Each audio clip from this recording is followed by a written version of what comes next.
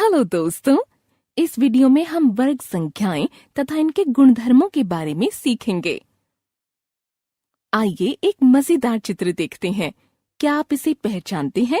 जी हाँ, यह सांप सीढ़ी के खेल का बोर्ड है। इसमें 10 वर्गों की 10 कतारें होती हैं। इस प्रकार इसमें कुल 100 छोटे छोटे वर्ग होते हैं। अब आप इस शतरंज के बोर्ड को देखिए। इसमें काले और सफेद रंगों के कुल कितने वर्ग हैं? बिल्कुल सही, इसमें 8 वर्गों की 8 कतारें हैं। इसलिए इसमें काले और सफेद रंगों के कुल 64 वर्ग हैं। क्या आप दोनों संख्याओं में कुछ समानताएं देख पा रहे हैं? हाँ, बिल्कुल सही। हम दोनों संख्याओं को किसी संख्या के घात 2 के रूप में लिख सकते हैं। क्या आप जानते हैं कि ऐसी सभी प्राकृत संख्याएं जिनको हम किसी प्राकृत संख्या की घात 2 के रूप में व्यक्त कर सकते हैं, उन्हें हम वर्ग संख्या या पूर्ण वर्ग संख्या कहते हैं। जैसे इन संख्याओं को देखिए। यहाँ संख्या 1, 4, 9 तथा 16 वर्ग संख्याएं हैं। आइए अब हम 1 से 20 तक की संख्याओं के वर्गों को देखते हैं। आप चाहें तो वीडियो को यहाँ रोककर अपनी कॉपी पर सारे वर्ग लिख सकते हैं। 1 से 20 तक की संख्याओं का वर्ग करने पर आपको ऐसी वर्ग संख्याओं की सारणी मिली होगी। ध्यान दीजिए कि इन वर्ग संख्याओं के इकाई के स्थान का अंक क्या है?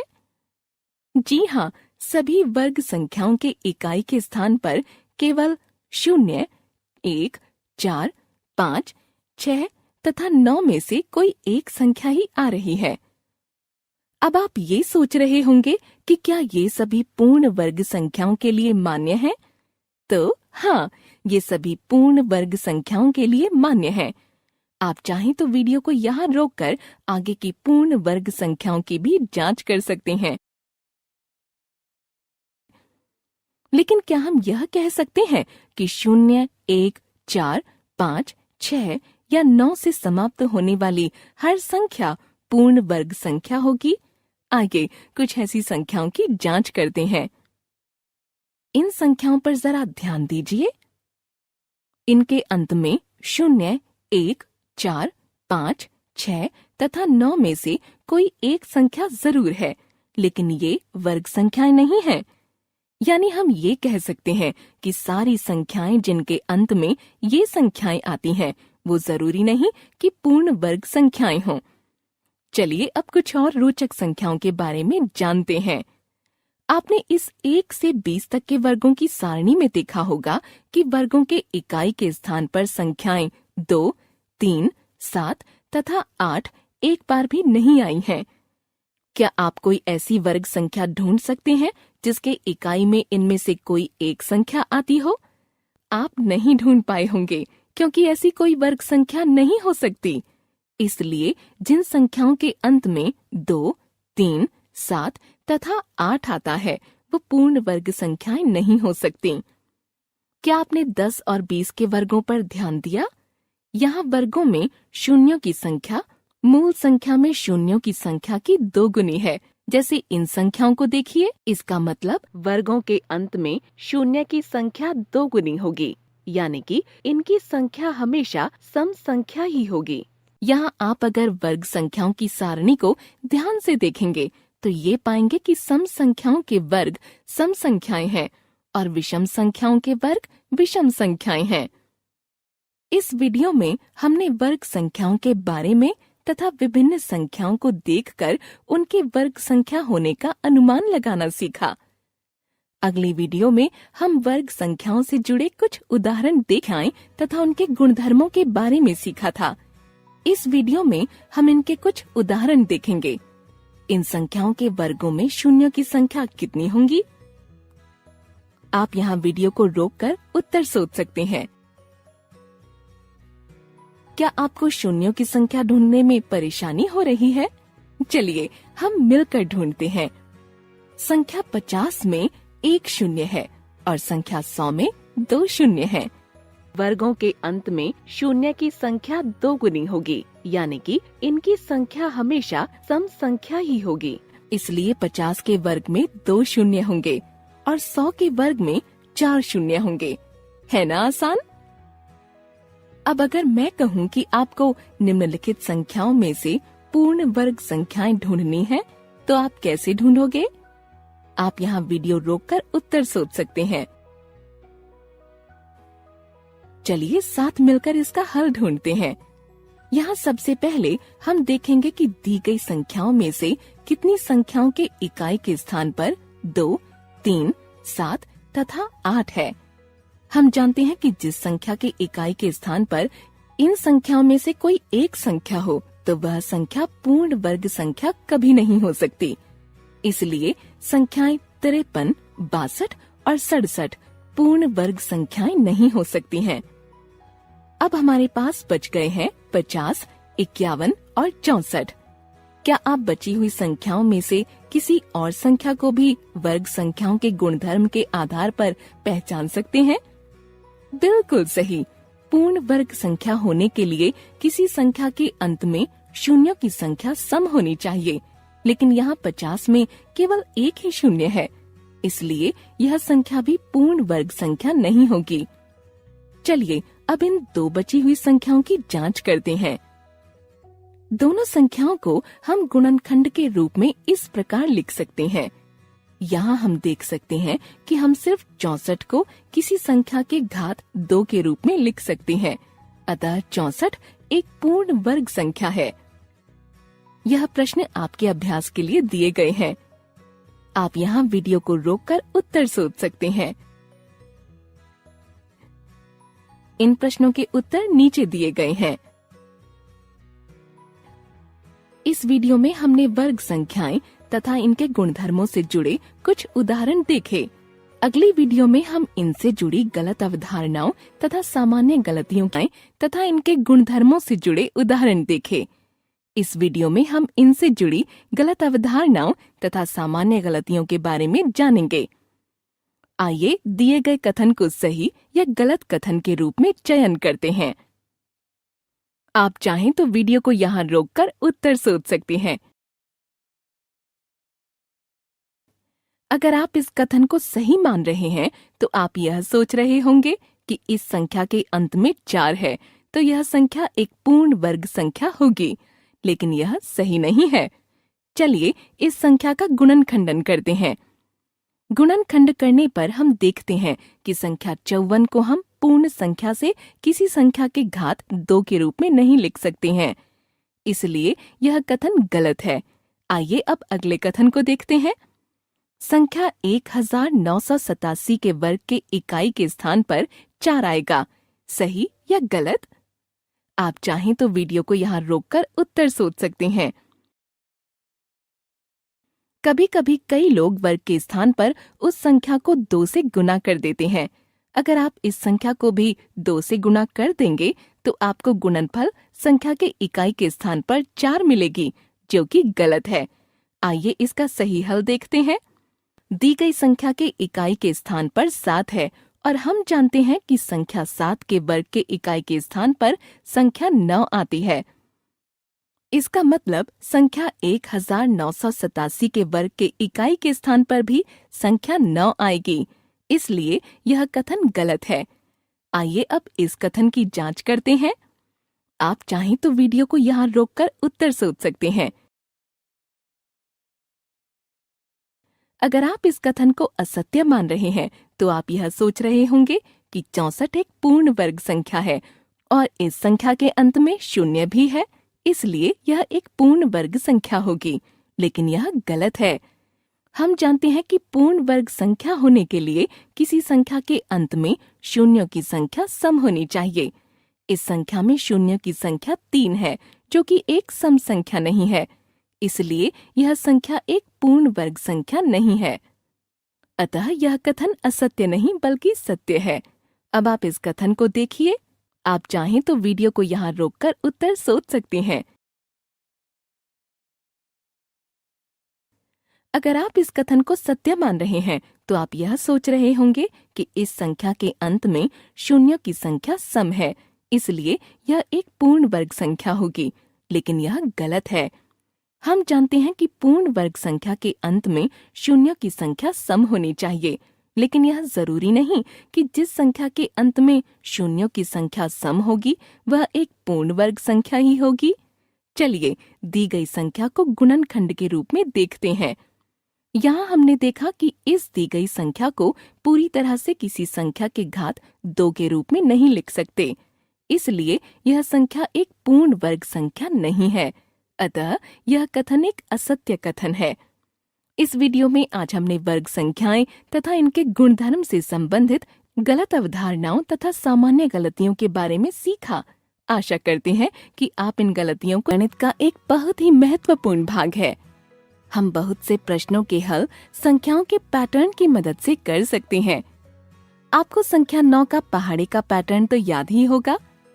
आप पढ़ चुके हैं कि जब संख्याओं के किसी क्रम में कुछ संख्याएं या संख्याओं के समूह एक अंतराल के बाद बार बार आते हैं या फिर किसी सूत्र के आधार पर आगे बढ़ते हैं तो इसे पैटर्न कहते हैं। गणित में जो सबसे पहली चीज हम सीखते हैं यानी कि संख्याओं की गिनती, वह भी एक प्रकार का पैटर्न ही है। आपको याद है ना, आपने पिछली वीडियो में वर्ग संख्याओं के गुणधर्मों के बारे में पढ़ा था। वर्ग संख्याएं भी कई रोचक पैटर्न बनाती हैं। आइए हम इनके कुछ पैटर्न को देखते हैं। इन संख्याओं को देखिए। क्या आपको इन संख्याओं के क्रम में कोई पैटर्न दिखाई दे रहा है? बिल्कुल सही, ये संख्याएं बढ़ते हुए क्रम में हैं। पहली और दूसरी संख्या का अंतर 2 है। दूसरी और तीसरी संख्या का अंतर है 3। तीसरी और चौथी संख्या का अंतर 4 है। ये खास संख्याएं हैं। इन्हें त्रिकोणीय संख्याएं कहा जाता है। जानते हैं क्यों? क्योंकि हम इनके बिंदु पैटर्न को किसी त्रिभुज के रूप में व्यवस्थित कर सकते हैं। क्या आप इनमें कोई और पैटर्न देख पा रहे हैं? चलिए हम इन क्रमागत त्रिकोणीय संख्याओं को जोड़कर देखते हैं। 1 और 3 को जोड़ने पर हमें 4 मिलता है, जो कि संख्या 2 का वर्ग है। 3 और 6 को जोड़ने पर हमें 9 मिलता है, जो कि संख्या 3 का वर्ग है। हम देखते हैं कि इस क्रम की क्रमागत संख्याएं जुड़कर एक वर्गाकार पैटर्न बनाती हैं। इसलिए हम कह सकते हैं कि 2 क्रमागत त्रिकोणीय संख्याओं को जोड़ने से वर्ग संख्याएं मिलती हैं। चलिए वर्ग संख्याओं के कुछ और पैटर्न देखते हैं। आइए देखते हैं कि किन्हीं 2 क्रमागत वर्ग संख्याओं के बीच कितनी संख्याएं आती हैं। 5 और 6 के वर्ग के बीच में 10 संख्याएं हैं। 6 और 7 के वर्ग के बीच में 12 संख्याएं हैं। 7 और 8 के वर्ग के बीच में 14 संख्याएं हैं। इस प्रकार हम देखते हैं कि 2 क्रमागत संख्याओं के वर्गों के बीच में छोटी संख्या की 2 गुनी संख्याएं होती हैं, जैसे कि 6 और 7 के वर्ग के बीच में 12 संख्याएं तथा 7 और 8 के वर्ग के बीच में 14 संख्याएं हैं। हम इसे ऐसे भी कह सकते हैं कि संख्या n तथा n-1 के वर्गों के बीच कुल 2n संख्याएं होती हैं, जो कि वर्ग संख्या नहीं होती। देखा है ना मजेदार? अब आप इन क्रमागत विषम संख्याओं के योग को देखिए। क्या इनमें आपको कोई पैटर्न दिखाई दे रहा है? सही पहचाना। 1 से शुरू होने वाली क्रमागत विषम संख्याओं को जोड़ने पर हमें एक वर्ग संख्या प्राप्त हो रही है। यह वर्ग संख्या उन विषम संख्याओं की संख्या के वर्ग के बराबर है। जैसे पहली 3 विषम संख्याओं का योग 3 घात 2 और पहली 8 विषम संख्याओं का योग 8 घात 2 के बराबर होगा। इस प्रकार हम कह सकते हैं कि पहली n क्रमागत विषम संख्याओं का योग n की घात 2 होता है। यहाँ हम यह भी कह सकते हैं कि सभी वर्ग संख्याओं को संख्या 1 से शुरू होने वाली क्रमागत विषम संख्याओं के योग के रूप में लिख सकते हैं। अब इन संख्याओं के वर्गों को भी देखिए। ये बड़े ही मजेदार पैटर्न बनाते हैं। क्या आप इन संख्याओं के पैटर्न को पहचान पाए? आप यहाँ वीडियो रोक कर सोच सकते हैं। जी हाँ, इन वर्ग संख्याओं में हम यह देख पाते हैं कि मूल संख्या में संख्या 3 जितनी बार आती है उतनी ही बार संख्या 5 वर्ग संख्या में आता है। वर्ग संख्या में संख्या 1 संख्या 3 से एक बार ज्यादा आता है। हम इस पैटर्न की सहायता से इस क्रम की आगे की संख्याओं के वर्गों को बिना हल किए ज्ञात कर सकते हैं। ऐसी और भी बहुत सी संख्याओं के क्रम हैं जिनके वर्ग बड़े ही दिलचस्प पैटर्न बनाते हैं। अब आप इन वर्गों को देखिए और इनके पैटर्न को पहचानने की कोशिश कीजिए। इस वीडियो में हमने वर्ग संख्याओं के पैटर्न को देखा। अगले वीडियो में हम इन पैटर्न का उपयोग कर प्रश्नों को। हेलो दोस्तों, पिछली वीडियो में हमने वर्ग संख्याओं के कुछ पैटर्न के बारे में जाना। इस वीडियो में हम उन पैटर्न से जुड़े कुछ उदाहरण देखेंगे। अगर मैं पूछूं कि दो क्रमागत संख्याओं 11 तथा 12 के वर्गों के बीच में कुल कितनी संख्याएं हैं जो वर्ग संख्याएं नहीं हैं, तो आप कैसे हल करेंगे? आप यहाँ वीडियो को रोककर उत्तर सोच सकते हैं। अगर आप इस प्रश्न का हल सामान्य तरीके से यानी पहले संख्याओं का वर्ग ज्ञात कर फिर उनके बीच की संख्याओं को गिनेंगे तो बहुत समय लग जाएगा। यहाँ दी गई संख्याओं 11 तथा 12 के वर्गों को हम इस प्रकार लिख सकते हैं। हम जानते हैं कि संख्या n तथा n-1 के वर्गों के बीच कुल 2n ऐसी संख्याएं होती हैं जो कि वर्ग संख्या नहीं होती। इसीलिए 11 तथा 12 के वर्गों के बीच 22 संख्याएं ऐसी हैं जो वर्ग संख्याएं नहीं हैं। अब अगर मैं कहूं कि आपको निम्नलिखित संख्याओं का योग ज्ञात करना है तो आप कैसे ज्ञात करेंगे? आप यहाँ वीडियो को रोककर उत्तर सोच सकते हैं। इस प्रश्न को भी अगर हम सामान्य तरीके से योग करेंगे तो बहुत समय लग जाएगा, लेकिन अगर हम इसे वर्ग संख्या के पैटर्न की सहायता से हल करें तो बहुत ही आसानी से हल कर सकते हैं। आइए मिलकर देखते हैं। अगर हम संख्याओं के इस क्रम को ध्यान से देखें तो हमें पता चलेगा कि यह पहली 15 विषम संख्याओं का क्रम है। हम जानते हैं कि पहली n क्रमागत विषम संख्याओं का योग n की घात 2 होता है। इस प्रकार इस क्रम का योग 15 घात 2 यानी 225 होगा। देखा हमने कैसे बड़े बड़े प्रश्नों का हल वर्ग संख्याओं के पैटर्न की सहायता से आसानी से कर लिया। यहीं अगर मैं कहूँ कि संख्या 81 एक वर्ग संख्या है या नहीं, तो आप कैसे जांच करेंगे? जी हाँ, हम हर वर्ग संख्या को 1 से शुरू करते हुए क्रमागत विषम संख्याओं के योग के रूप में लिख सकते हैं। इसलिए हम संख्या 81 में से क्रमागत विषम संख्याओं को उनके क्रम में घटाएंगे।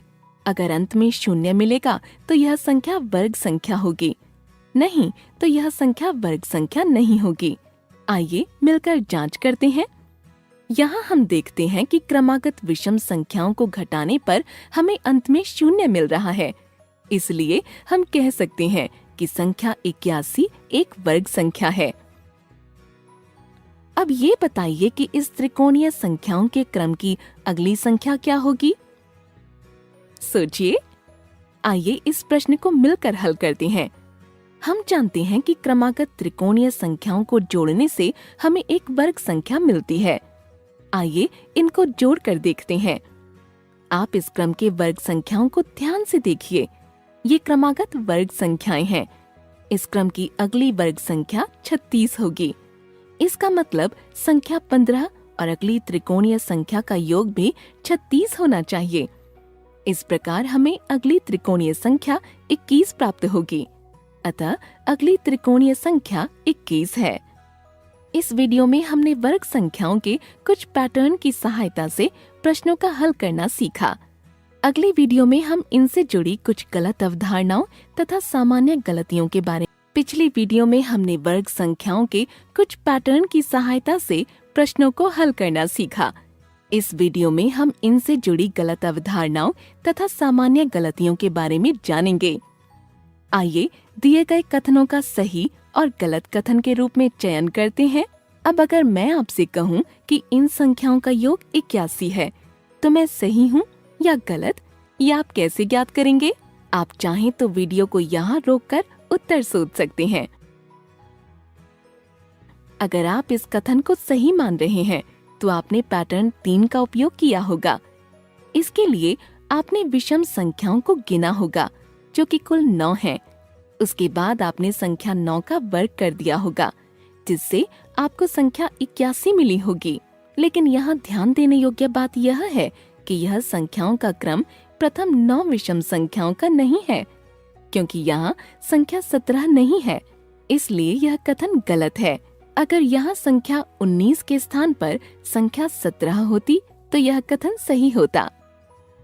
कभी कभी बच्चे पैटर्न के अनुसार कई संख्याओं का वर्ग ज्ञात करते समय यह सोचते हैं कि यह दूसरी संख्याओं के वर्गों के पैटर्न के समान ही होगी। जैसे इस क्रम की संख्याओं के वर्गों के पैटर्न को देखिए। बच्चे इस क्रम के अनुसार दूसरे क्रम की संख्याओं के वर्गों को इस प्रकार लिख लेते हैं। यह गलत है, क्योंकि सभी संख्याओं के वर्ग एक समान पैटर्न नहीं बनाते हैं। आप भी इस बात का ध्यान रखिएगा। इस वीडियो में हमने वर्गों के पैटर्न से जुड़े गलत अवधारणाओं तथा सामान्य गलतियों के बारे में सीखा। आशा करते हैं कि अब आप इन गलतियों को पिछली वीडियो में आपने वर्ग संख्याओं तथा उनके कुछ मजेदार पैटर्न के बारे में पढ़ा था। इस वीडियो में हम वर्ग और इसके पैटर्न के बारे में और जानेंगे। इन संख्याओं को ध्यान से देखिए। क्या आपको इनमें कोई पैटर्न दिखाई दे रहा है? बिल्कुल सही, यह 3 से आगे बढ़ते हुए क्रम की संख्याओं के वर्गों का पैटर्न है। चलिए इन संख्याओं को 2 क्रमागत संख्याओं के योग के रूप में लिख कर देखते हैं। हम संख्या 3 के वर्ग को संख्याओं 5 तथा 4 के योग के रूप में, संख्या 5 के वर्ग को संख्याओं 12 तथा 13 के योग के रूप में और संख्या 7 के वर्ग को संख्याओं 24 तथा 25 के योग के रूप में लिख सकते हैं। क्या हम संख्या 4 और 6 के वर्गों को भी 2 क्रमागत संख्याओं के योग के रूप में लिख सकते हैं?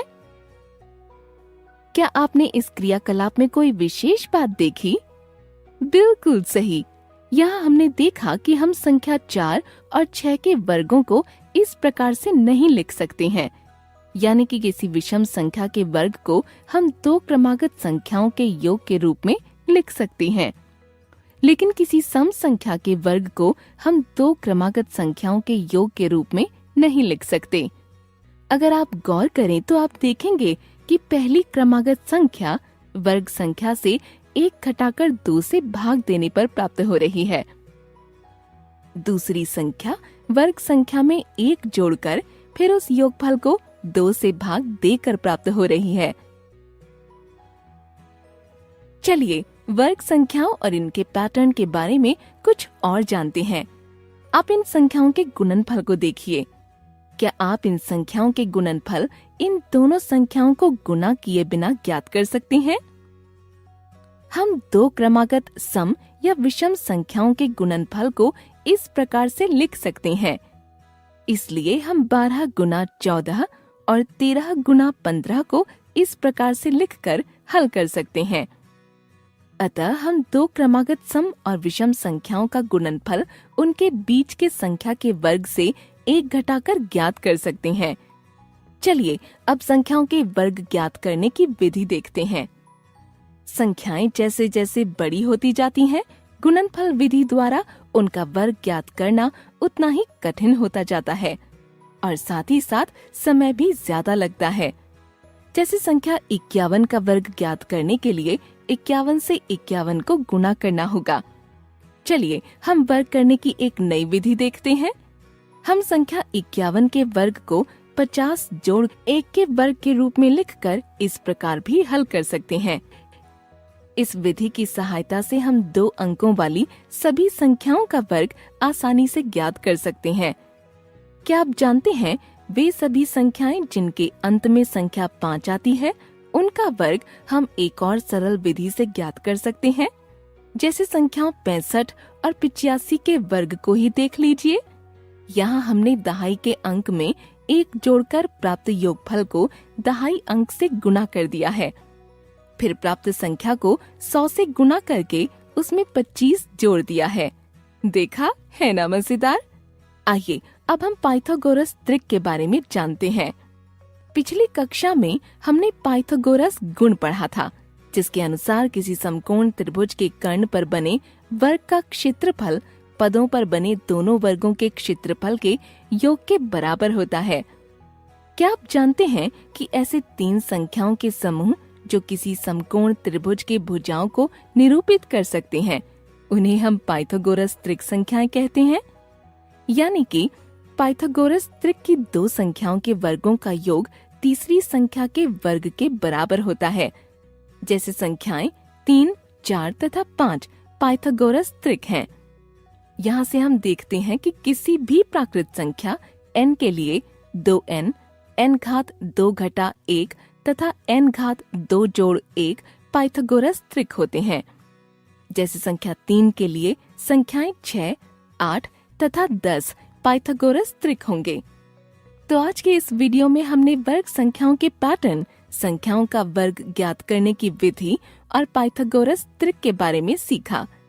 अगले वीडियो में हम इनसे जुड़े कुछ उदाहरण। अगली वीडियो में हमने वर्ग संख्याओं के पैटर्न, संख्याओं का वर्ग ज्ञात करने की विधि और पाइथागोरस त्रिक के बारे में सीखा। इस वीडियो में हम इनसे जुड़े कुछ उदाहरण देखेंगे। चलिए संख्याओं 14 और 16 का गुणनफल ज्ञात करते हैं। आप यहाँ वीडियो को रोककर उत्तर सोच सकते हैं। जैसे कि आप देख सकते हैं कि 14 और 16 दो क्रमागत सम संख्याएं हैं, इसलिए हम इसे इस प्रकार से हल कर सकते हैं। यहाँ हमने दो क्रमागत सम या विषम संख्याओं के गुणनफल के गुणधर्म का उपयोग किया है। आइए कुछ और उदाहरण देखते हैं। अगर आपको संख्या 115 का वर्ग करना हो तो आप कैसे करेंगे? आप यहाँ वीडियो को रोककर उत्तर सोच सकते हैं। बिल्कुल सही, हम संख्या 115 का वर्ग इस प्रकार से करेंगे। अतः संख्या 115 का वर्ग 13,225 होगा। आइए अब एक और उदाहरण देखते हैं। अब क्या आप एक पाइथागोरस त्रिक लिख सकते हो जिसकी एक संख्या 10 है? आप यहाँ वीडियो को रोककर उत्तर सोच सकते हैं। चलिए मिलकर ढूंढते हैं। हम जानते हैं कि किसी भी प्राकृत संख्या n के लिए 2n, n की घात 2 घटाव 1 तथा n की घात 2 जोड़ 1 पाइथागोरस त्रिक होते हैं। हम 10 को 2n मान लेंगे तो n का मान 5 होगा। आगे हल करने पर हमें दूसरी संख्याएं 24 तथा 26 प्राप्त होंगी। अतः पाइथागोरस त्रिक संख्याएं 10, 24 तथा 26 होंगी। यह प्रश्न आपके अभ्यास के लिए है। इन प्रश्नों के उत्तर नीचे दिए गए हैं। इस वीडियो में हमने वर्ग संख्याओं के पैटर्न, संख्याओं का वर्ग ज्ञात करने की विधि और पाइथागोरस त्रिक से जुड़े कुछ उदाहरण देखे। अगली वीडियो में हम इनसे जुड़ी कुछ गलत अवधारणाओं तथा सामान्य गलतियों के बारे में अगली वीडियो में आपने वर्ग और इसके पैटर्न के कुछ उदाहरण देखे। इस वीडियो में हम इनसे जुड़ी कुछ गलत अवधारणाओं तथा सामान्य गलतियों के बारे में जानेंगे। चलिए एक उदाहरण देखते हैं। संख्याओं 75 और 76 का वर्ग बिना इन्हें 2 बार गुणा किए ज्ञात कीजिए। आप चाहें तो वीडियो को यहाँ रोककर उत्तर सोच सकते हैं। चलिए इसे हल करते हैं। संख्या 75 का वर्ग हम इस प्रकार से ज्ञात कर सकते हैं। कई बच्चे संख्या 76 का वर्ग भी इसी प्रकार से ज्ञात करने का प्रयास करते हैं, जो कि गलत है, क्योंकि यहाँ जिस विधि का प्रयोग कर संख्या 75 का वर्ग ज्ञात किया गया है वो सिर्फ उन संख्याओं के लिए ही मान्य है जिनके अंत में 5 आते हैं।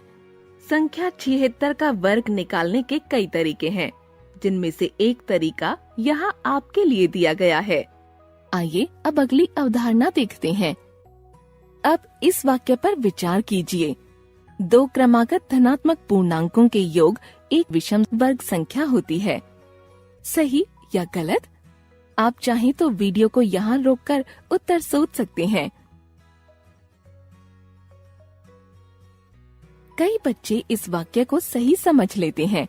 वह यह सोचते हैं कि अगर सभी विषम वर्ग संख्याओं को दो क्रमागत धनात्मक पूर्णांकों के योग के रूप में लिखा जा सकता है तो इसका विपरीत भी सही होगा, यानी कि दो क्रमागत धनात्मक पूर्णांकों का योग भी एक विषम वर्ग संख्या होगी। यह एक गलत धारणा है।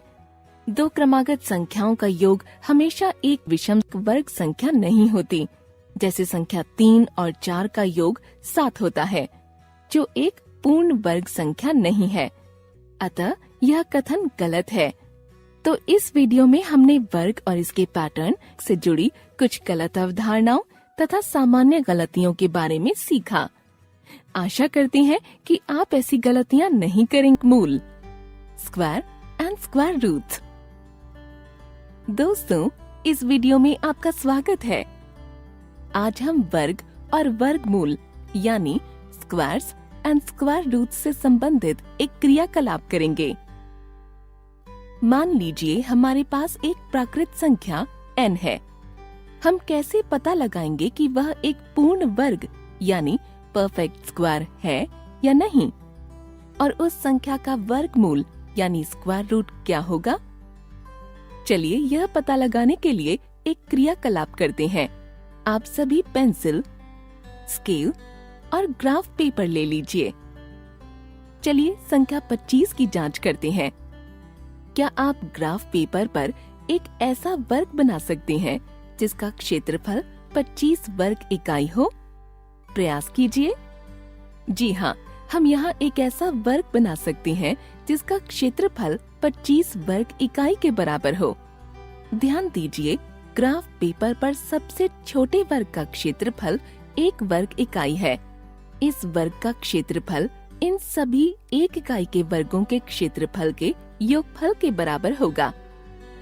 यहाँ ऐसे कुल 25 वर्ग हैं, इसलिए इस वर्ग का क्षेत्रफल 25 वर्ग इकाई के बराबर होगा। हम यहाँ वर्ग के क्षेत्रफल के सूत्र का भी प्रयोग कर सकते हैं। इस वर्ग की सभी भुजाएं 5 इकाई के बराबर होंगी। यह हम इस वर्ग की भुजा की लंबाई से जांच सकते हैं। इस वर्ग का क्षेत्रफल 5 का वर्ग बराबर 25 वर्ग इकाई होगा। इससे हमें यह ज्ञात होता है कि संख्या 25 एक पूर्ण वर्ग है जिसका वर्गमूल 5 है। इस वर्ग की भुजाएं 5 इकाई के बराबर हैं, क्योंकि 25 का वर्गमूल 5 है। चलिए आगे बढ़ते हैं। आप सब जानते हैं कि संख्या 36 भी एक पूर्ण वर्ग है, यानी हम ग्राफ पेपर पर 36 वर्ग इकाई का एक वर्ग बना सकते हैं। इस तरह आप देख सकते हैं कि यह वर्ग 36 छोटे वर्गों से मिलकर बना है।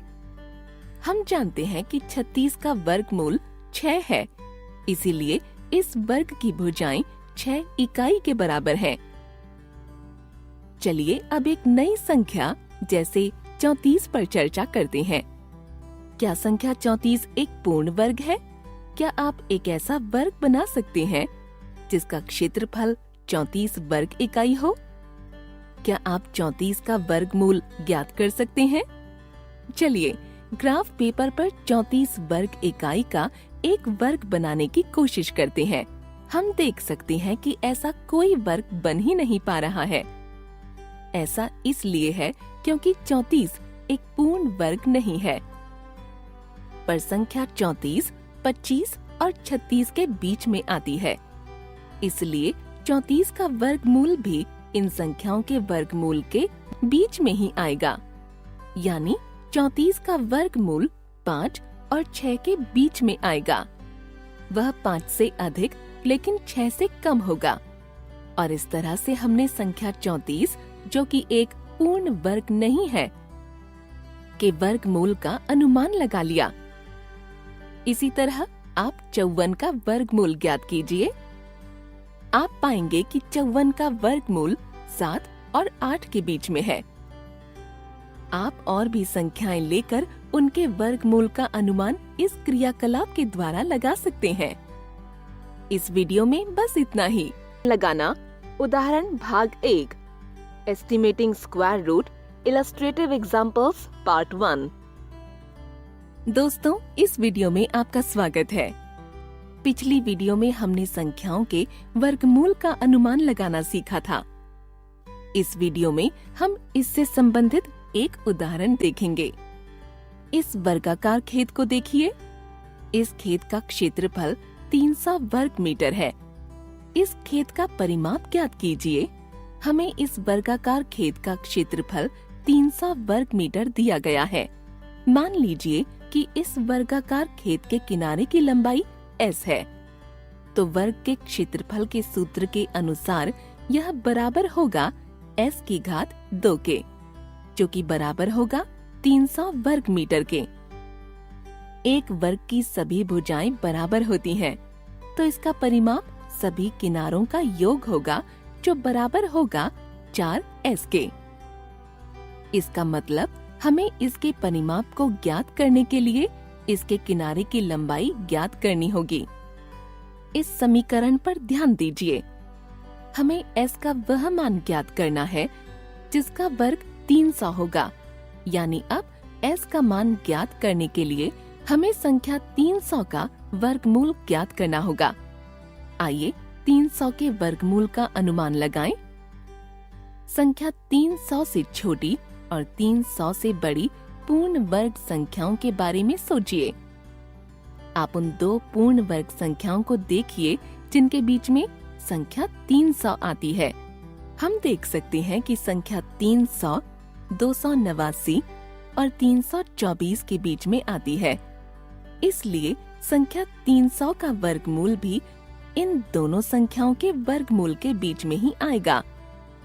289 का वर्गमूल 17 है और 324 का वर्गमूल 18 है। इसका मतलब है कि 300 का वर्गमूल 17 और 18 के बीच में ही आएगा। आप यहाँ देख सकते हैं कि संख्या 300 संख्या 324 की तुलना में संख्या 289 के नजदीक है, जिसे हम उनके अंतर से जांच सकते हैं। यानी 300 के वर्गमूल की निकटतम संख्या 17 है। आइए 17 से थोड़ा आगे बढ़ते हुए 17.1, 17.2, 17.3 और 17.4 के वर्गों की जांच करते हैं। 17.3 के वर्ग को देखकर हम यह कह सकते हैं कि 17.3 का वर्ग लगभग 300 के बराबर आया है। इससे हम यह अनुमान लगा सकते हैं कि 300 का वर्गमूल लगभग 17.3 के बराबर होगा। अतः वर्गाकार खेत के एक किनारे की लंबाई लगभग 17.3 मीटर होगी, जिससे हमें खेत का परिमाप 69.2 मीटर प्राप्त होगा। अब आपके लिए एक प्रश्न है। एक वर्गाकार खेत के किनारे की लंबाई ज्ञात कीजिए जिसका क्षेत्रफल 154 वर्ग मीटर है। आप इस प्रश्न को अपनी अध्यापिका और अपने दोस्तों के साथ हल करने का प्रयास कीजिए। इस वीडियो में हमने संख्याओं के वर्गमूल का अनुमान लगाने से संबंधित एक उदाहरण देखा। अगली वीडियो में हम कुछ दिलचस्प प्रश्न हल करें। अनुमान लगाना उदाहरण भाग 2, estimating square root illustrative examples part 2। दोस्तों, इस वीडियो में आपका स्वागत है। पिछली वीडियो में आपने संख्याओं के वर्गमूल का अनुमान लगाने से संबंधित एक उदाहरण देखा। इस वीडियो में हम इनसे संबंधित कुछ और मजेदार उदाहरणों को देखेंगे। इस कथन को देखिए। किसी संख्या का वर्गमूल उस संख्या से छोटा होता है। इस कथन के लिए इन दिए गए विकल्पों में से सही विकल्प का चयन कीजिए। आप चाहें तो वीडियो को यहाँ रोककर उत्तर सोच सकते हैं। अगर आप सोच रहे हैं कि यह कथन हमेशा सत्य होगा, यानी कि हर संख्या का वर्गमूल उससे छोटा होता है, तो आप गलत हैं। ऐसा सिर्फ एक से बड़ी संख्याओं के साथ है। जैसे इन संख्याओं के वर्गमूल इनसे छोटे हैं, लेकिन एक से छोटी धनात्मक संख्याओं यानी कि 0 और 1 के बीच की संख्याओं के लिए यह सत्य नहीं है। जैसे इन दशमलव संख्याओं को देखिए, इनके वर्गमूल इनसे बड़े हैं। अतः हम कह सकते हैं कि दिया कथन तभी सत्य होगा जब संख्या 1 से बड़ी हो। इसलिए दिए कथन के लिए विकल्प बी सही उत्तर है। क्योंकि विकल्प बी सही है, इसलिए विकल्प सी गलत होगा। यानी दिए सवाल का सही जवाब है विकल्प बी। चलिए अब संख्या 30 के वर्गमूल का अनुमान लगाइए। आप चाहें तो वीडियो को यहाँ रोककर प्रयास कर सकते हैं। हम जानते हैं कि संख्या 30 पूर्ण वर्ग संख्याओं 25 और 36 के बीच में आती है, इसलिए 30 का वर्गमूल इन दोनों संख्याओं के वर्गमूल यानी कि संख्या 5 और 6 के बीच में आएगा। यहाँ हम देख सकते हैं कि संख्या 30 संख्या 36 की तुलना में संख्या 25 के अधिक पास है, जिसे हम उनके अंतर से जांच सकते हैं।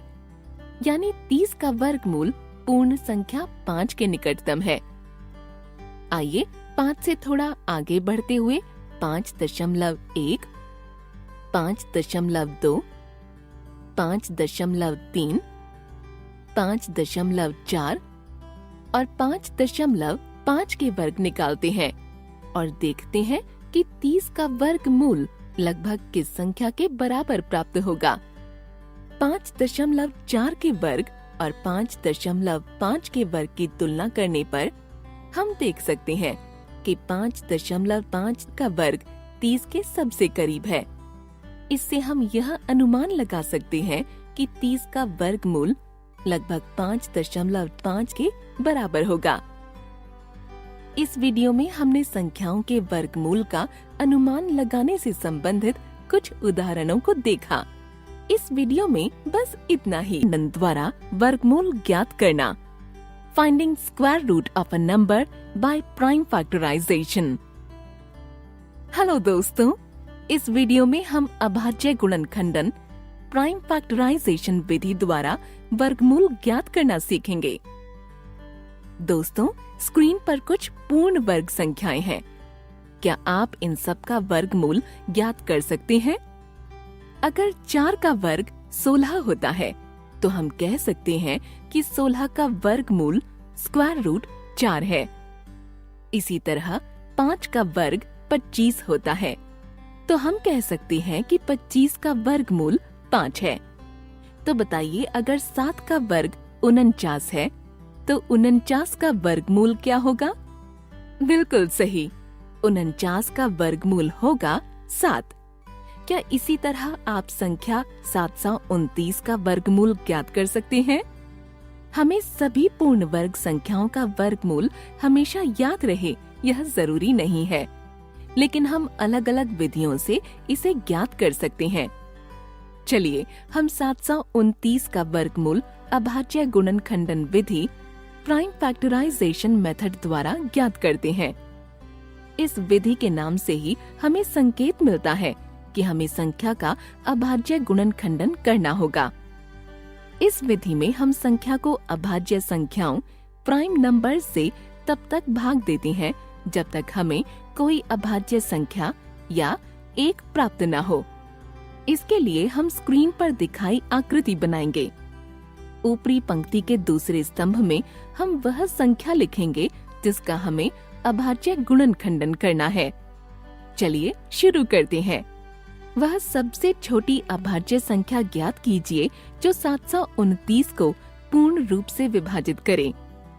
वह है 3। 3 को पहली पंक्ति के पहले स्तंभ में लिखिए। 729 को 3 से विभाजित करने पर परिणाम 243 प्राप्त होता है। इसे आप 729 के नीचे लिखिए। अब वह सबसे छोटी अभाज्य संख्या ज्ञात कीजिए जो 243 को पूर्ण रूप से विभाजित करे। वह है 3। 3 को दूसरी पंक्ति के पहले स्तंभ में लिखिए। 243 को 3 से विभाजित करने पर 81 प्राप्त होता है। इसे आप 243 के नीचे लिखिए। अब वह सबसे छोटी अभाज्य संख्या ज्ञात कीजिए जो 81 को पूर्ण रूप से विभाजित करे। वह है 3। 3 को तीसरी पंक्ति के पहले स्तंभ में लिखिए। 81 को 3 से विभाजित करने पर परिणाम 27 प्राप्त होता है। इसे आप 81 के नीचे लिखिए। 27 एक अभाज्य संख्या नहीं है। 3 27 का अभाज्य गुणनखंड है। इसे आप उसके निर्धारित स्थान पर लिखिए। 27 को 3 से विभाजित करने पर हमें 9 प्राप्त होता है। 9 को 27 के नीचे लिखिए। हम जानते हैं कि 3 का वर्ग बराबर 9 होता है, इसलिए हम 5वीं पंक्ति के पहले स्तंभ में 3 और 9 के नीचे भी 3 लिखेंगे। अब हमें दूसरे स्तंभ की आखिरी पंक्ति में संख्या 3 मिलती है, जो एक अभाज्य संख्या है जिसके केवल 2 ही गुणनखंड हैं, संख्या 1 और 3, जिन्हें हम इस प्रकार अंकित करते हैं। पहले स्तंभ में संख्या 729 के सभी अभाज्य गुणनखंड लिखित हैं और दूसरे स्तंभ की आखिरी पंक्ति में संख्या 1। यह दर्शाता है कि यह प्रक्रिया समाप्त हो गई है। हम संख्या 729 को उसके अभाज्य गुणनखंडों के गुणनफल के रूप में इस तरह लिख सकते हैं। अब हम यह देखेंगे कि इस गुणनखंडन में कितनी अभाज्य संख्याएं युग्मों में हैं। यहाँ संख्या 3 के 3 युग्म हैं। घातांकों के नियमों से हम गुणनखंडों के इस गुणन को इस प्रकार लिख सकते हैं। हमें 729 27 के वर्ग के बराबर मिलता है, अर्थात हम कह सकते हैं कि 729 का वर्गमूल 27 है। इस प्रकार यहाँ हमने संख्या 729 का वर्गमूल प्राप्त किया। दोस्तों, अब बताइए कि क्या 432 एक पूर्ण वर्ग संख्या है? अगर है तो अभाज्य गुणनखंडन विधि द्वारा इसका वर्गमूल ज्ञात कीजिए, और अगर नहीं है तो वह संख्या ज्ञात कीजिए जिससे इसे भाग करने पर हमें एक पूर्ण वर्ग संख्या मिल जाए। आप वीडियो को यहाँ रोककर इस संख्या का अभाज्य गुणनखंडन कीजिए। हम जानते हैं कि यदि कोई संख्या एक पूर्ण वर्ग संख्या है तो वह अपने वर्गमूल के वर्ग के बराबर होती है। अब संख्या 432 को उसके अभाज्य गुणनखंडों के गुणनफल के रूप में दर्शाएं।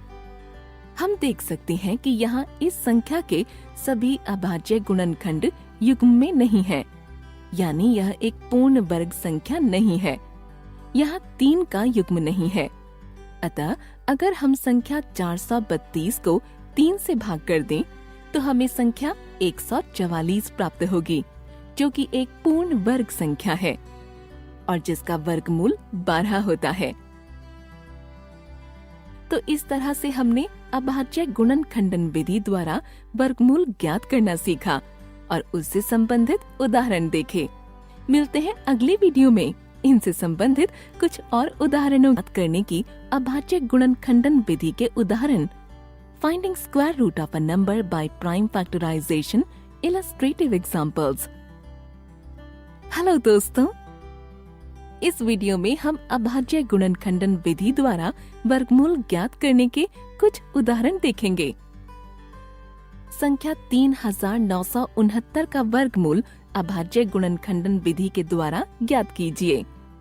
अभाज्य गुणनखंडन विधि में सबसे पहले हम संख्या 3969 का अभाज्य गुणनखंडन करेंगे और उसके सभी अभाज्य गुणनखंडों को इस प्रकार ज्ञात करेंगे।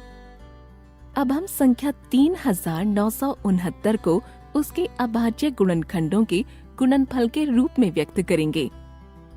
इसके बाद अभाज्य गुणनखंडों को इस प्रकार युग्मों में बांटेंगे। फिर सभी युग्मों में से एक एक गुणनखंड बाहर निकाल लेंगे और उनको गुना कर देंगे। यह गुणनफल ही उस संख्या का वर्गमूल है, यानी कि संख्या 63 ही संख्या 3969 का वर्गमूल है।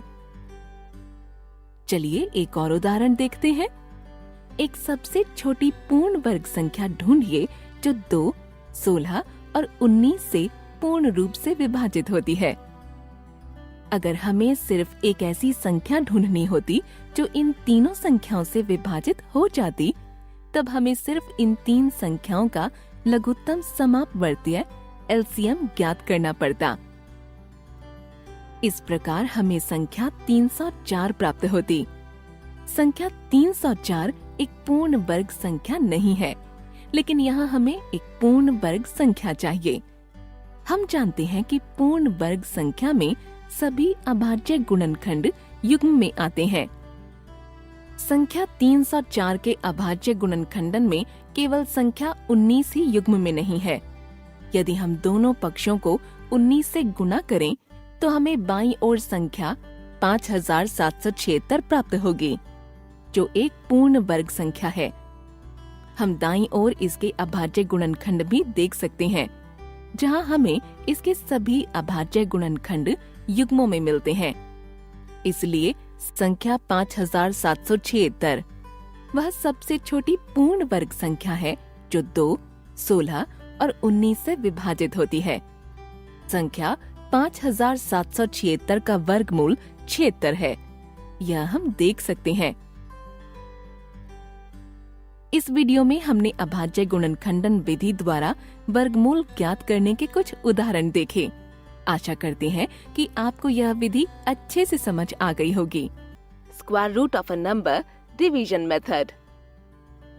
दोस्तों, इस वीडियो में आपका स्वागत है। इस वीडियो में हम भागफल विधि यानी डिवीजन मेथड से वर्गमूल ज्ञात करना सीखेंगे। हम जानते हैं कि किसी प्राकृत संख्या x का वर्गमूल वह संख्या होती है जिसका वर्ग x होता है। किसी पूर्ण वर्ग संख्या के एक साथ 2 वर्गमूल होते हैं, ऋणात्मक और धनात्मक। जैसे 4 का वर्गमूल 2 और ऋण 2, 9 का वर्गमूल 3 और ऋण 3 होता है। अब इन पूर्ण वर्ग संख्याओं को देखिए। हम इन संख्याओं का वर्गमूल अभाज्य गुणनखंडन विधि या घटाने की संक्रिया विधि के द्वारा ज्ञात कर सकते हैं। यदि हम ऐसी बड़ी पूर्ण वर्ग संख्याओं का वर्गमूल ज्ञात करने के लिए भी इन दोनों विधियों का प्रयोग करेंगे तो यह कठिन होगा और इसमें ज्यादा समय भी लगेगा, लेकिन इसे हम भागफल विधि द्वारा आसानी से हल कर सकते हैं। जैसे संख्या 3481 को लेते हैं और इसका वर्गमूल भागफल विधि से ज्ञात करने का प्रयास करते हैं। इस विधि का उपयोग हम विभिन्न चरणों में करेंगे। सबसे पहले इस तरह रेखाएं खींचेंगे। यहाँ भाज्य आएगा, यहाँ भाजक और यहाँ भागफल। इसके बाद हम दी गई संख्या के इकाई स्थान यूनिट्स प्लेस से शुरू करते हुए बाईं ओर अंकों के प्रत्येक युग्म पर एक एक बार लगाएंगे। हमारे पास यहाँ 4 अंक हैं, इसलिए यहाँ 2 युग्म बनाएंगे और 2 बार ही लगेंगे। जब कुल अंकों की संख्या सम होती है तो हम संख्याओं पर बार ऐसे ही लगाते हैं, लेकिन यदि यहाँ अंकों की संख्या विषम होती, जैसे इस संख्या में कुल अंकों की संख्या 5 है, तो बाईं ओर एक ही अंक पर बार लगेगा, इस तरह। अब हमें एक ऐसी प्राकृत संख्या ज्ञात करनी है जिसका वर्ग सबसे बाएं वाले बार के नीचे वाली संख्या यानी 34 के बराबर या उससे छोटा हो। हम यह भी कह सकते हैं कि हमें वह पूर्ण वर्ग संख्या ज्ञात करनी है जो 34 से छोटी या उसके बराबर हो। हम जानते हैं कि संख्या 25 और 36 पूर्ण वर्ग संख्याएं हैं और संख्या 34 25 और 36 के बीच में आती है, क्योंकि संख्या 25 वह सबसे बड़ी पूर्ण वर्ग संख्या है जो संख्या 34 से छोटी है। इसलिए हम संख्या 25 को संख्या 34 के नीचे लिखेंगे। यहाँ संख्या 34 पहला भाज्य डिविडेंड है। 25 संख्या 5 का वर्ग है, इसलिए हम 5 को भाजक डिवाइजर मानेंगे। यहाँ भागफल कोशेंट का पहला अंक भी 5 ही होगा, क्योंकि 5 गुना 5 बराबर 25 होता है। शेषफल ज्ञात करने के लिए दोनों संख्याओं को घटा देंगे। यहाँ शेषफल 9 प्राप्त होगा। अब अगले युग्म की संख्या को प्राप्त शेषफल के बाद लिखिए। इससे हमें एक नई भाज्य संख्या मिलेगी 981। अब नए भाजक के इकाई के स्थान के लिए एक रिक्त स्थान छोड़िए और पुराने भाजक के इकाई स्थान के अंक को 2 से गुणा कीजिए। इसके बाद प्राप्त गुणनफल को रिक्त स्थान के आगे इस प्रकार लिखिए। इस रिक्त स्थान को भरने के लिए हम वह सबसे बड़ा अंक ढूंढेंगे जो भागफल का नया अंक होगा और नए भाजक को भागफल के इस नए अंक से गुणा करने पर गुणनफल भाज्य से कम या बराबर प्राप्त हो। अब विभिन्न संख्याओं को रखकर इस संख्या को ढूंढिए। हमें मिला 109 गुना 9 बराबर 981, जो नए भाज्य संख्या के बराबर है। अब प्राप्त संख्या 9 को भाजक के रिक्त स्थान पर लिखिए, क्योंकि 109 गुना 9 बराबर 981 होता है, इसलिए भागफल का नया अंक 9 होगा। अब इसे नई भाज्य संख्या के नीचे लिखिए और दोनों संख्याओं का घटाव कर दीजिए। यहाँ हमें शेषफल 0 प्राप्त हो रहा है। क्योंकि यहाँ शेषफल 0 है और दी गई संख्या में कोई अंक शेष नहीं बचा है, इसलिए यह संख्या एक पूर्ण वर्ग संख्या है और यहाँ जो संख्या भागफल के स्थान पर है वह इस संख्या का वर्गमूल है। इस प्रकार हमें संख्या 3481 का वर्गमूल मिला 59, जिसे हम इस प्रकार लिखेंगे। वर्गमूल निकालने की इस विधि को भागफल विधि डिवीजन मेथड कहते हैं। इसे दीर्घ विभाजन विधि लॉन्ग डिवीजन मेथड भी कहा जाता है। इस विधि से हमें किसी संख्या का धनात्मक वर्गमूल ज्ञात होता है। इस संख्या का धनात्मक वर्गमूल 59 है। क्या आप इस संख्या का एक और वर्गमूल बता सकते हैं? यह होगा ऋण 59, क्योंकि ऋण 59 का वर्ग भी 3481 होता है। हमने देखा कि दी गई पूर्ण वर्ग संख्या में 4 अंक हैं और इसके वर्गमूल में 2 अंक हैं। क्या आप अंदाजा लगा सकते हैं कि इन पूर्ण वर्ग संख्याओं के वर्गमूल में कितने अंक होंगे? आप चाहें तो वीडियो को यहाँ रोककर सवाल को हल कर सकते हैं।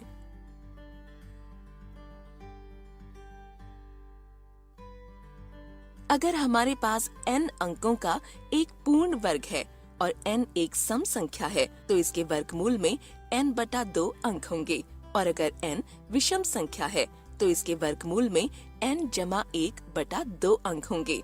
जैसे इन संख्याओं को देखिए।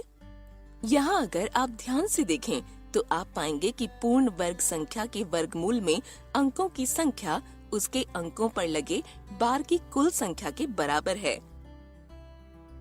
इस वीडियो में हमने भागफल विधि से वर्गमूल ज्ञात करना सीखा और पूर्ण वर्ग संख्या के वर्गमूल में अंकों की संख्या का अनुमान लगाना सीखा। अगली वीडियो में हम इससे जुड़े कुछ उदाहरण square root of a number, illustrative examples of division method. Hello दोस्तों, इस वीडियो में आपका स्वागत है। पिछली वीडियो में हमने भागफल विधि से पूर्ण वर्ग संख्या का वर्गमूल ज्ञात करना और उसके वर्गमूल में अंकों की संख्या का अनुमान लगाना सीखा था। इस वीडियो में हम इनसे जुड़े कुछ उदाहरण देखेंगे। आइए पहले उदाहरण को देखते हैं। एक हॉल में 961 कुर्सियां हैं। उन्हें इस प्रकार व्यवस्थित करना है कि प्रत्येक पंक्ति में उतनी ही कुर्सियां हों जितनी की पंक्तियों की कुल संख्या है। तो क्या आप बता सकते हैं इस प्रकार कितनी पंक्तियां बनेंगी? यहाँ हमें 961 कुर्सियों को इस प्रकार व्यवस्थित करना है कि प्रत्येक पंक्ति में उतनी ही कुर्सियां हों जितनी की पंक्तियों की कुल संख्या है। लेकिन यह तभी संभव होगा अगर कुर्सियों की कुल संख्या, जो हमें यहाँ 961 दी गई है, एक पूर्ण वर्ग संख्या हो। अगर यह पूर्ण वर्ग संख्या है तो इसके वर्गमूल से हमें पंक्तियों और प्रत्येक पंक्ति में कुर्सियों की संख्या प्राप्त हो जाएगी। चलिए भागफल विधि से संख्या 961 का वर्गमूल ज्ञात करें। सबसे पहले हम संख्या 961 के आसपास इस प्रकार से रेखाएं बनाएंगे और इस पर बार लगाएंगे। इस संख्या में अंकों की संख्या विषम है, इसलिए सबसे बाईं ओर के बार के नीचे सिर्फ एक ही अंक होगा। अब एक ऐसी संख्या ढूंढेंगे जिसका वर्ग सबसे बाईं वाली बार के नीचे की संख्या यानी 9 के बराबर या उससे छोटा हो। यहाँ वो संख्या 3 है। 3 इस संख्या का भाजक है और भागफल का पहला अंक भी। 9 को भाज्य की पहली संख्या 9 के नीचे लिखिए और दोनों का घटाव कर दीजिए। यहाँ हमें 0 प्राप्त हो रहा है। प्राप्त शेषफल के आगे अगले बार के नीचे की संख्या को लिखेंगे। अब नए भाजक के इकाई स्थान के लिए एक रिक्त स्थान छोड़िए और पुराने भाजक के इकाई स्थान के अंक को 2 से गुणा कीजिए। इसके बाद प्राप्त गुणनफल को रिक्त स्थान के आगे इस प्रकार लिखिए। इस रिक्त स्थान को भरने के लिए हम वह सबसे बड़ा अंक ढूंढेंगे जो भागफल का नया अंक होगा। और नए भाजक को भागफल के इस नए अंक से गुणा करने पर गुणनफल भाज्य से कम या बराबर प्राप्त हो। रिक्त स्थान पर 1 आएगा क्योंकि 61 गुणा 1 बराबर 61 होता है, जो कि नए भाज्य के बराबर है। इस प्रकार शेषफल 0 प्राप्त होगा। अब दी गई संख्या में कोई अंक शेष नहीं बचा है। इस प्रकार हमें 961 का वर्गमूल 31 प्राप्त हो रहा है। अतः हॉल में कुर्सियों की कुल 31 पंक्तियां होंगी और हर पंक्ति में 31 कुर्सियां होंगी। आइए अब एक और उदाहरण देखते हैं। वह सबसे छोटी प्राकृत संख्या ज्ञात कीजिए जिसे अगर 1000 में जोड़ा जाए तो हमें एक पूर्ण वर्ग संख्या प्राप्त हो। आप चाहें तो वीडियो को यहाँ रोककर सवाल को हल कर सकते हैं। संख्या 1000 एक पूर्ण वर्ग संख्या नहीं है। क्या आप बता सकते हैं क्यों? ऐसा इसलिए क्योंकि इस संख्या के अंत में शून्यों की संख्या विषम है और हम जानते हैं कि किसी भी पूर्ण वर्ग संख्या के अंत में शून्यों की संख्या केवल सम होती है। इस प्रश्न को हल करने के लिए चलिए सबसे पहले हम संख्या के 1000 का वर्गमूल भागफल विधि से ज्ञात करते हैं। यहाँ हम देख सकते हैं कि हमें शेषफल 39 प्राप्त हो रहा है। यहाँ शेषफल अशून्य है, अतः 1000 एक पूर्ण वर्ग संख्या नहीं होगी, यानी यहाँ भागफल 31 है। इससे पता चलता है कि 31 का वर्ग 1000 से छोटा है। क्योंकि संख्या 32 संख्या 31 से बड़ी है, इसलिए संख्या 32 का वर्ग भी 31 से बड़ा होगा। 32 का वर्ग 1024 होता है। इसका मतलब अगली पूर्ण संख्या 32 का वर्ग 1000 से बड़ा होगा। अतः 1000 में संख्या 24 जोड़ने पर हमें एक पूर्ण वर्ग संख्या 1024 प्राप्त हो जाएगी। इस वीडियो में हमने वर्गमूल ज्ञात करने की भागफल विधि से जुड़े उदाहरण देखे। अगली वीडियो में हम इनसे जुड़ी सामान्य गलतियों के बारे से संबंधित साधारण गलतियाँ, square root of a number, common mistakes related to division method. दोस्तों, गणित के इस वीडियो में आपका स्वागत है। पिछली वीडियो में हमने भागफल विधि से वर्गमूल ज्ञात करने से जुड़े उदाहरण देखे। इस वीडियो में हम इनसे जुड़ी कुछ सामान्य गलतियों के बारे में जानेंगे। एक शिक्षक ने अपने छात्रों को संख्या 15,625 का वर्गमूल भागफल विधि से ज्ञात करने के लिए कहा। 3 छात्र रवि, अमित और विशाल ने प्रथम चरण पूरा किया, यानी कि पूर्ण वर्ग संख्या के अंकों पर बार लगाया। नीचे तीनों छात्रों की प्रतिक्रियाएं दी गई हैं। क्या आप बता सकते हैं इनमें से कौन सी सही है? आप चाहें तो वीडियो को यहाँ रोककर सवाल को हल कर सकते हैं। कई बच्चे अमित के उत्तर को सही मान लेते हैं। वो बाईं से दाईं ओर अंकों का युग्म बनाकर बार लगाते हैं, लेकिन यह गलत है। सही समझ यह है कि पूर्ण संख्या में हमें युग्म बनाने के लिए हमेशा इकाई के स्थान से, यानी कि दाईं ओर से शुरू करना होता है और उसके बाद बाईं ओर अंकों का युग्म बनाकर उन पर बार लगाना होता है। दूसरे विकल्प में रवि ने शुरुआत तो सही की। उसने इकाई के स्थान से, यानी कि दाईं ओर से शुरुआत की और उसके बाद बाईं ओर बढ़ते हुए बार लगाया, लेकिन उसने यहाँ संख्याओं का त्रिक यानी ट्रिपलेट बना दिया है, जो कि गलत है, क्योंकि यहाँ हमें संख्याओं का सिर्फ युग्म बनाना होता है। सही समझ यह है कि हमें किसी भी पूर्ण वर्ग संख्या के वर्गमूल में अंकों का अनुमान लगाते समय इकाई स्थान से, यानी कि दाईं ओर से युग्म बनाकर बार लगाना होता है। क्योंकि यहाँ अंकों की संख्या विषम है, इसलिए सबसे बाईं ओर के बार के नीचे केवल एक ही संख्या है। इसलिए विशाल का उत्तर विकल्प सी सही है। अब सभी छात्र प्रथम चरण को सही तरीके से करने के बाद दी गई संख्या का भागफल विधि से वर्गमूल ज्ञात करने में लग जाते हैं। इस संख्या में 5 अंक हैं और इस पर 3 बार लगे हैं, इसलिए इसके वर्गमूल में 3 अंक होंगे। पहले बार के नीचे की संख्या 1 है, तो पहली संख्या हम 1 लेंगे, क्योंकि 1 का वर्ग 1 ही होता है और यह बार के नीचे वाली संख्या के बराबर है। अब हम संख्या 56 को नीचे लिखेंगे।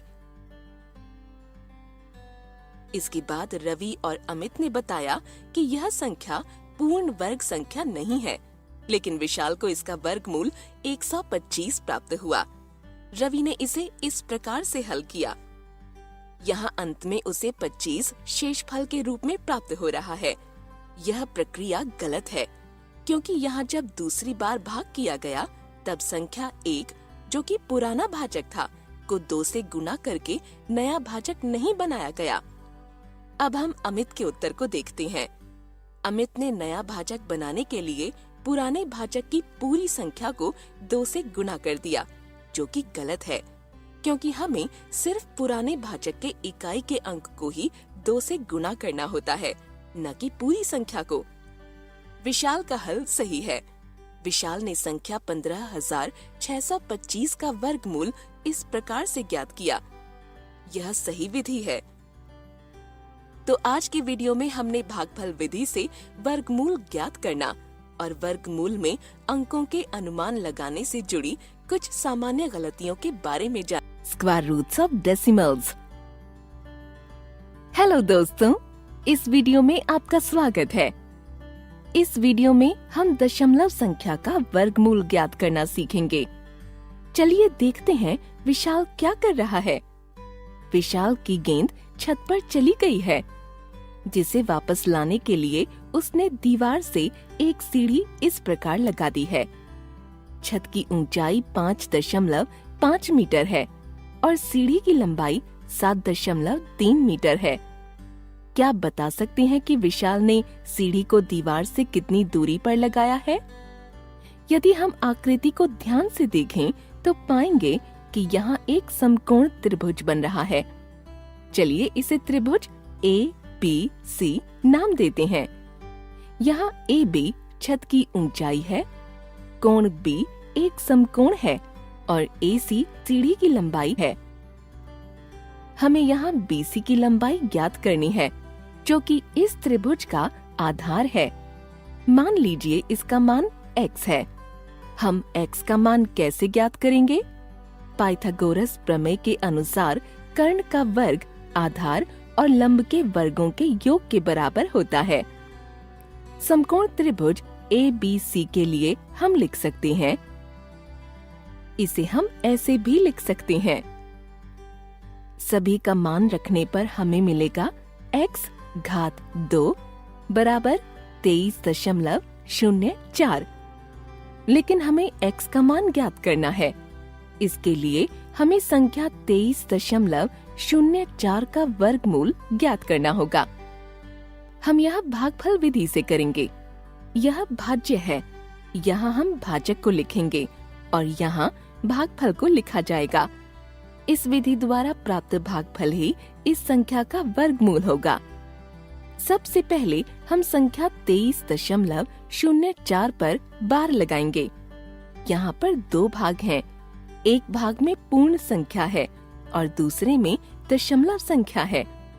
इन दोनों भागों में हम बार अलग अलग तरीके से लगाते हैं। पूर्ण संख्या में हम इकाई स्थान से शुरुआत करते हुए बाईं तरफ अंकों का युग्म बनाकर उन पर बार लगाते हैं। यहाँ 23 पर एक ही बार लगेगा। दशमलव संख्या में बार लगाने के लिए हम दशमलव से शुरू करते हैं और दाईं तरफ अंकों का युग्म बनाकर बार लगाते हैं। यदि किसी संख्या में दशमलव के बाद अंकों की संख्या विषम है, तो हम अंत में अकेले बचे अंक के आगे 0 लिखकर उसका युग्म बना देते हैं। ध्यान दीजिए कि दशमलव संख्या के अंतिम शून्येतर अंक के बाद 0 जोड़ने पर संख्या के मान में परिवर्तन नहीं होता है। यहाँ बार लगाने के बाद अगले चरण में वह सबसे बड़ी प्राकृत संख्या ज्ञात करेंगे जिसका वर्ग सबसे बाएं वाले बार के नीचे वाली संख्या के बराबर या उससे छोटा हो, यानी ऐसी संख्या जिसका वर्ग 23 के बराबर या उससे छोटा हो। 4 का वर्ग 16 होता है जो 23 से छोटा होता है और 5 का वर्ग 25 होता है जो 23 से बड़ा होता है। इसलिए हम संख्या 4 को चुनेंगे। प्राप्त संख्या 4 हमारा भाजक डिवाइजर है और साथ ही इस संख्या के वर्गमूल का पहला अंक भी, जिसे हम भागफल में लिखेंगे। सबसे बाएं वाले बार के नीचे वाली संख्या 23 को भाज्य मानते हुए और 16 को उसके नीचे लिखते हुए शेषफल रिमाइंडर ज्ञात करेंगे। यहाँ प्राप्त शेषफल 7 है। हमारी मूल संख्या में सारी पूर्ण संख्याएं समाप्त हो गई हैं और दशमलव संख्याएं बची हुई हैं। अतः हम भागफल में दशमलव लगा देंगे। फिर अगले युग्म की संख्या को प्राप्त शेषफल के बाद लिखेंगे। वो संख्या यहाँ पर 04 है और इस तरह हमारी अगली भाज्य संख्या 704 है। अब नए भाजक के लिए पहले भाजक में इकाई वाली संख्या को 2 से गुणा करेंगे। प्राप्त संख्या के दाईं ओर एक रिक्त स्थान छोड़ते हुए यहाँ लिखेंगे। अब रिक्त स्थान को भरने के लिए वह सबसे बड़े संभावित अंक का अनुमान लगाएंगे, जो कि भागफल में दशमलव के बाद का पहला अंक होगा। और जब नए भाजक का उसी नए अंक से गुणन हो तो प्राप्त गुणनफल भाज्य से छोटा या उसके बराबर होगा। जैसे कि यहाँ पर हमारा नया अंक 8 होगा। 8 को भागफल में दशमलव के बाद लिखा जाएगा। इसके बाद 704 को नए भाज्य संख्या के नीचे लिखेंगे और उन्हें घटा देंगे। यहाँ शेषफल 0 प्राप्त हो रहा है और मूल संख्या में कोई भी अंक शेष नहीं बचा। इसलिए संख्या 23.04 का वर्गमूल 4.8 होगा। यहाँ ध्यान दीजिए कि हमें इस प्रक्रिया को तब तक दोहराते रहना होगा जब तक मूल संख्या के सभी अंकों का भाग नहीं कर दिया जाता है। अगर अंत में शेषफल 0 आ जाता है तो भागफल इस दी गई संख्या के वर्गमूल के बराबर होगा। लेकिन अगर किसी संख्या के लिए शेषफल 0 नहीं आता है तो इस संख्या के अंत में शून्यों के एक और युग्म जोड़कर इस प्रक्रिया को करते रहना होगा या फिर इस संख्या के वर्गमूल का अनुमान लगाना होगा। इससे हमें x का मान 4.8 प्राप्त हुआ। इसका मतलब है कि विशाल ने छत पर चढ़ने के लिए सीढ़ी को दीवार से 4.8 मीटर की दूरी पर लगाया है। तो इस वीडियो में हमने दशमलव संख्या का वर्गमूल ज्ञात करना सीखा। अगले वीडियो में हम इससे जुड़े उदाहरण देखेंगे। उदाहरण square roots of decimals, illustrative examples. दोस्तों, इस वीडियो में आपका स्वागत है। पिछली वीडियो में आपने दशमलव संख्याओं का वर्गमूल ज्ञात करना सीखा। इस वीडियो में हम इससे जुड़े उदाहरण देखेंगे। एक दशमलव संख्या का वर्ग 210.25 है, तो क्या आप बता सकते हैं कि वह संख्या कौन सी होगी? आप चाहें तो वीडियो को यहाँ रोककर सवाल को हल कर सकते हैं। मान लीजिए संख्या y का वर्ग बराबर 210.25 है, यानी हमें y का मान ज्ञात करने के लिए संख्या 210.25 का वर्गमूल ज्ञात करना होगा। इसे हम भागफल विधि से ज्ञात करेंगे। इसके लिए सबसे पहले हम दी गई संख्या के आसपास इस प्रकार रेखाएं खींचते हैं। फिर संख्या के ऊपर बार लगाएंगे। यहाँ पर 2 भाग हैं। एक भाग में पूर्ण संख्या है और दूसरे में दशमलव संख्या है। पूर्ण संख्या में हम इकाई स्थान से शुरुआत करते हुए बाईं तरफ अंकों का युग्म बनाकर उन पर बार लगाते हैं। यहाँ 3 अंक हैं, इसलिए इस पर 2 बार लगेंगे। दशमलव संख्या में बार लगाने के लिए हम दशमलव से शुरू करते हैं और दाईं तरफ अंकों का युग्म बनाकर बार लगाते हैं। यहाँ दशमलव के बाद एक ही बार लगेगा। अब वर्गमूल के पहले अंक के लिए हम वह सबसे बड़ी संख्या ज्ञात करेंगे जिसका वर्ग सबसे बाएं वाले बार के नीचे वाली संख्या यानी 2 के बराबर या छोटा हो। क्योंकि 1 का वर्ग 1 है जो 2 से छोटा है, इसलिए वह संख्या 1 होगी। यह भागफल का पहला अंक होगा। 1 को भाजक और सबसे बाएं वाले बार के नीचे वाली संख्या को भाज्य मानते हुए इससे संख्या 1 के वर्ग को घटाएंगे और शेषफल ज्ञात करेंगे। यहाँ प्राप्त शेषफल भी 1 है। अब अगले बार के नीचे की संख्या को शेषफल के साथ लिखेंगे। इससे नया भाज्य होगा 110। अब नए भाजक के लिए हम 1 को 2 से गुना करेंगे। प्राप्त संख्या के दाईं ओर एक रिक्त स्थान छोड़ते हुए नए भाजक के रूप में लिखेंगे। अब हम रिक्त स्थान के लिए वह सबसे बड़ा अंक ढूंढेंगे। मान लीजिए a, ताकि 2a को जब a से गुना किया जाए तो प्राप्त गुणनफल नए भाज्य से छोटा या उसके बराबर हो। जैसे कि यहाँ पर हमारा नया अंक 4 होगा, यह भागफल का दूसरा अंक भी होगा। अब हम शेषफल ज्ञात करेंगे। यहाँ शेषफल 14 प्राप्त हो रहा है। अब मूल संख्या की सारी पूर्ण संख्याएं समाप्त हो गई हैं और दशमलव संख्याएं बची हुई हैं। अतः हम भागफल में दशमलव लगा देंगे। इसके बाद अगले युग्म की संख्या को प्राप्त शेषफल के बाद लिखेंगे। यह हमारी नई भाज्य संख्या है। इसके बाद पुराने भाजक के इकाई की संख्या को 2 से गुना करेंगे। प्राप्त संख्या 28 को नए भाजक के दाईं ओर एक रिक्त स्थान छोड़ते हुए लिखेंगे। हमें रिक्त स्थान को भरने के लिए वह सबसे बड़े अंक का अनुमान लगाना है, जिसे जब नए भाजक से गुणा किया जाए तो गुणनफल नए भाज्य 1425 के बराबर या उससे छोटा आए। यह अंक भागफल में दशमलव के बाद का नया अंक होगा। यह वह अंक 5 होगा। इस तरह हमें शेषफल 0 प्राप्त होगा और हमें संख्या का वर्गमूल 14.5 प्राप्त होगा। अतः y बराबर 14.5 है, यानी कि वह संख्या 14.5 है। अब इस त्रिभुज को देखिए। इस त्रिभुज का क्षेत्रफल 20.48 वर्ग सेंटीमीटर है। इसके आधार की लंबाई और ऊंचाई बराबर x दी गई है। x का मान ज्ञात कीजिए।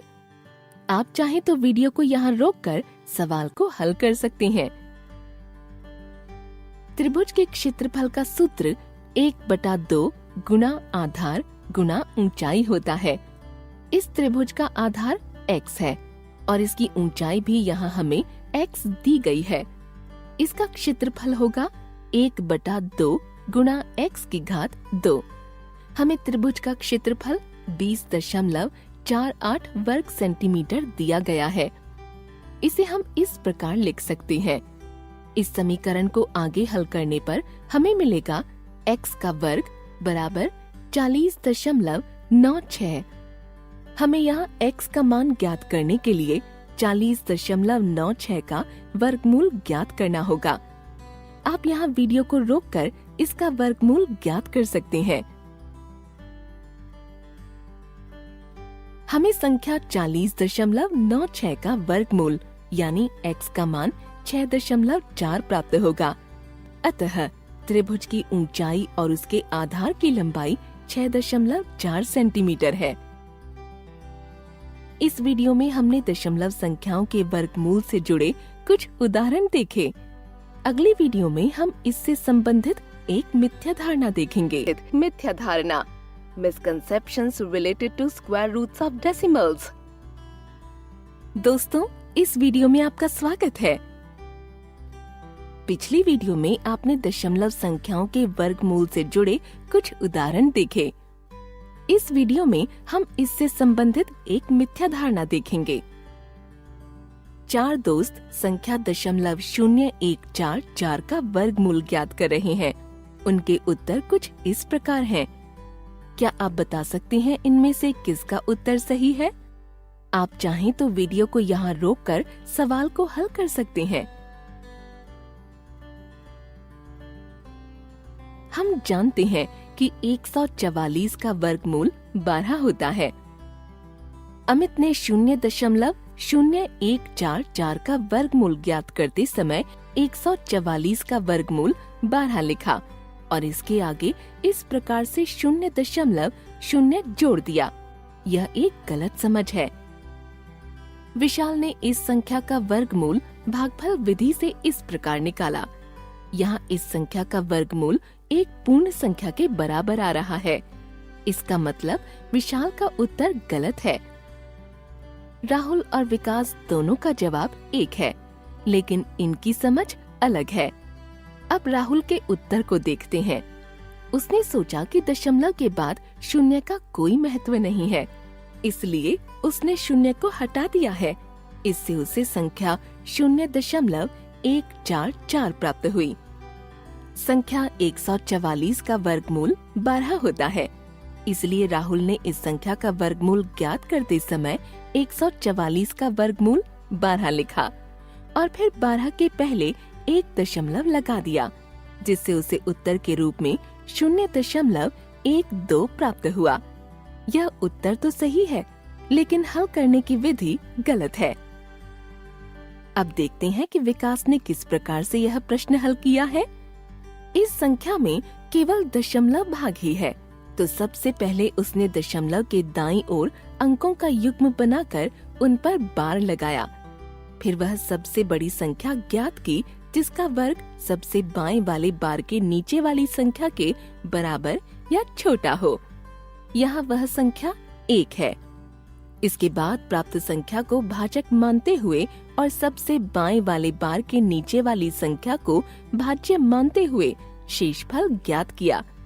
यहाँ प्राप्त शेषफल 0 है, क्योंकि पहली भाज्य संख्या 1 दशमलव भाग में थी, इसलिए हम भागफल में पहले दशमलव लगाएंगे और फिर उसके बाद पहला अंक 1 होगा।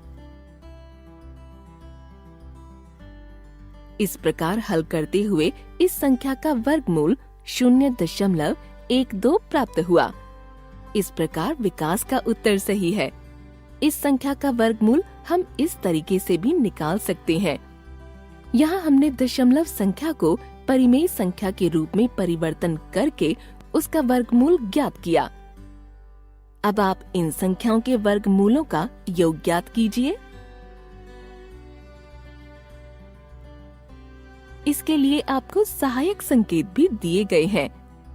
आप इसे अपने दोस्तों के साथ मिलकर हल करने का प्रयास कीजिए।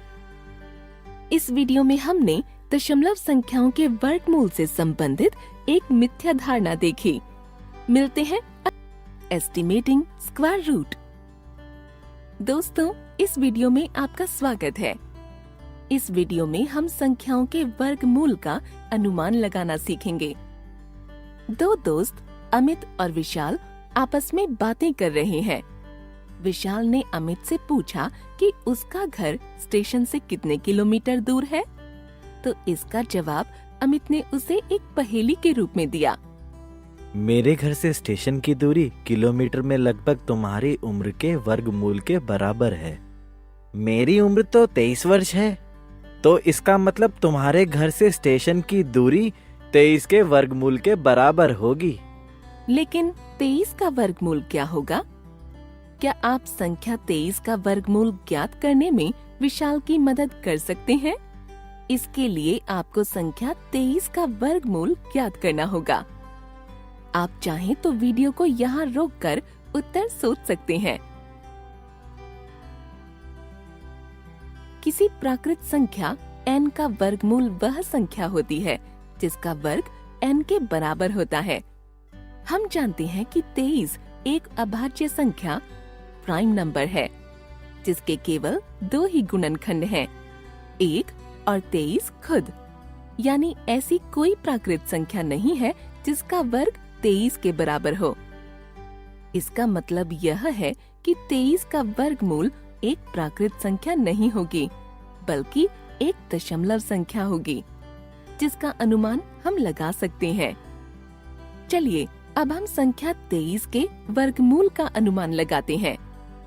सबसे पहले 23 से छोटी पूर्ण वर्ग संख्याओं परफेक्ट स्क्वायर्स के बारे में सोचिए, जैसे 1, 4, 9, 16। फिर उन पूर्ण वर्ग संख्याओं के बारे में सोचिए जो 23 से बड़ी है, जैसे 25, 36, 49, 64। अगर हम इन क्रमागत पूर्ण वर्ग संख्याओं और उनके वर्गमूल की सूची बनाएं, तो हमें इस प्रकार की एक सारणी मिलेगी। इस सारणी में उन 2 पूर्ण वर्ग संख्याओं को देखिए जिनके बीच में संख्या 23 आती है। हम देख सकते हैं कि संख्या 23, 16 और 25 के बीच में आती है। इसलिए संख्या 23 का वर्गमूल भी इन दोनों संख्याओं के वर्गमूलों के बीच में ही होगा। 16 का वर्गमूल 4 है और 25 का वर्गमूल 5 है। इसका अर्थ है कि 23 का वर्गमूल 4 और 5 के बीच में ही आएगा। आप देख सकते हैं कि संख्या 23 संख्या 16 से दूर है और संख्या 25 के बहुत पास है, जिसे हम उनके अंतर से जांच सकते हैं। यहाँ हम यह कह सकते हैं कि 23 का वर्गमूल संख्या 4 की तुलना में संख्या 5 के नजदीक होगा। हम यहाँ अनुमान लगा सकते हैं कि संख्या 23 4.5 के वर्ग से बड़ी संख्या है। 4.5 का वर्ग 20.25 है, जो 23 से छोटा है, जिसकी हम जांच कर सकते हैं। आइए अब 4.5 से थोड़ा आगे बढ़ते हुए 4.6, 4.7 और 4.8 के वर्गों की जांच करते हैं। 4.8 के वर्ग को देखकर हम यह कह सकते हैं कि 4.8 का वर्ग 23 के नजदीक आया है। इससे हम यह अनुमान लगा सकते हैं कि 23 का वर्गमूल लगभग 4.8 के बराबर होगा। इस तरह हमने 23 के वर्गमूल का अनुमान लगाया और विशाल ने अपनी पहेली सुलझा ली। इसलिए अमित के घर से स्टेशन की दूरी लगभग 4.8 किलोमीटर है। इस वीडियो में हमने संख्याओं के वर्गमूल का अनुमान लगाना सीखा। अगली वीडियो में हम इससे जुड़े उदाहरण देखेंगे।